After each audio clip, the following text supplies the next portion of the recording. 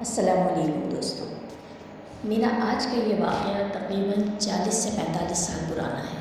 یہ واقعہ جس صاحب کے ساتھ پیش آیا تھا میں ان کی ہی زبانی آپ کو سناتی ہوں۔ وہ کہتے ہیں کہ ہم جس گھر میں رہتے تھے اس میں کچھ جنات بھی رہا کرتے تھے، لیکن انہوں نے کبھی بھی ہمیں کچھ کہا نہ تھا۔ وہ بس کبھی کبھار ہی نظر آتے تھے۔ ہمارے گھر کے بالکل ساتھ ایک بیر کا درخت تھا، اس پر بھی کچھ جنات رہائش پذیر تھے، یعنی اس درخت پر بھی جنات رہا کرتے تھے۔ وہ جن مسلمان تھے اور میری والدہ کو اکثر سفید داڑھی اور سفید لباس والے بزرگ نماز پڑھتے ہوئے اور کچھ عورتیں بھی نماز پڑھتی ہوئی دکھائی دیتی تھیں۔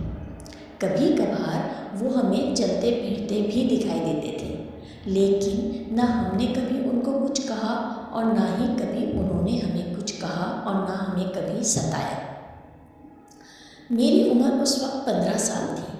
اس بیر کے درخت پر جب بھی بیر لگتے تھے تو جو بھی بچہ یا بڑا یا بوڑھا پتھر مار کر بیر اتارتا تھا تو اس کے گھر پر اس دن پتھر برستے رہتے تھے۔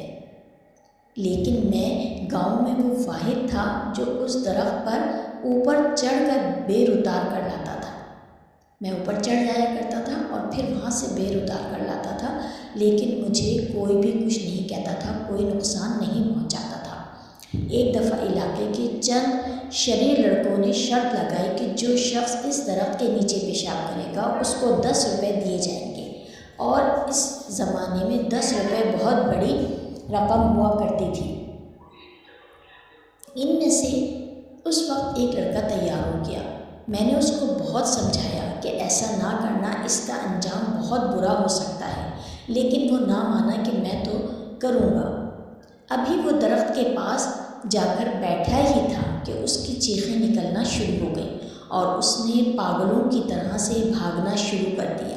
سارے گاؤں کے لوگوں نے دیکھا کہ ایک پیتل کا لوٹا ہے جو اس کے سر پر بڑی زور سے لگتا تھا، اور وہ نوجوان آگے آگے بھاگ رہا تھا اور لوٹا اس کے پیچھے پیچھے اس کے سر پر لگ رہا تھا، جس سے اس نوجوان کا سر لہولہان ہو گیا، کافی زخمی ہو گیا، خون بہنے لگا، اور تھوڑی دیر کے بعد سب نے دیکھا کہ وہ لوٹا غائب ہو گیا۔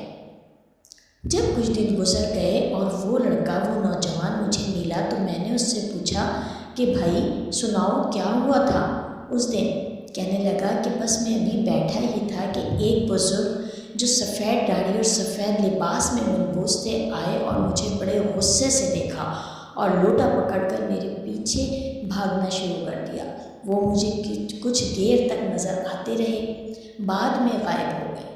اس دن کے بعد کسی کی جرأت نہ ہوئی کہ وہ کوئی بھی اس درخت کے پاس جائے۔ ہمیں اس مکان کو چھوڑے ہوئے تقریباً 20 سال ہو چکے ہیں۔ میں اب بھی وہاں کبھی کبھار ضرور جاتا ہوں۔ وہ مکان جسے ہم نے بیچا تھا آج بھی ویسا ہی ہے۔ جنات کسی کو بھی اس مکان میں نہیں رہنے دیتے اور نہ ہی اس مکان کو گرانے دیتے ہیں۔ تو جنات کا ہونا اس دنیا میں یہ تو برحق ہے۔ میرا آج کا یہ واقعہ آپ لوگوں کو ضرور پسند آیا ہوگا۔ دوستو، اگر آپ بھی اپنے ساتھ بیتا ہوا کوئی واقعہ شیئر کرنا چاہیں تو ضرور مجھ سے شیئر کر سکتے ہیں۔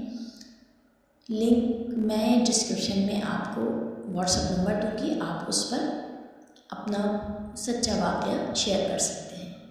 ملتے ہیں اگلی ویڈیو میں، تب تک کے لیے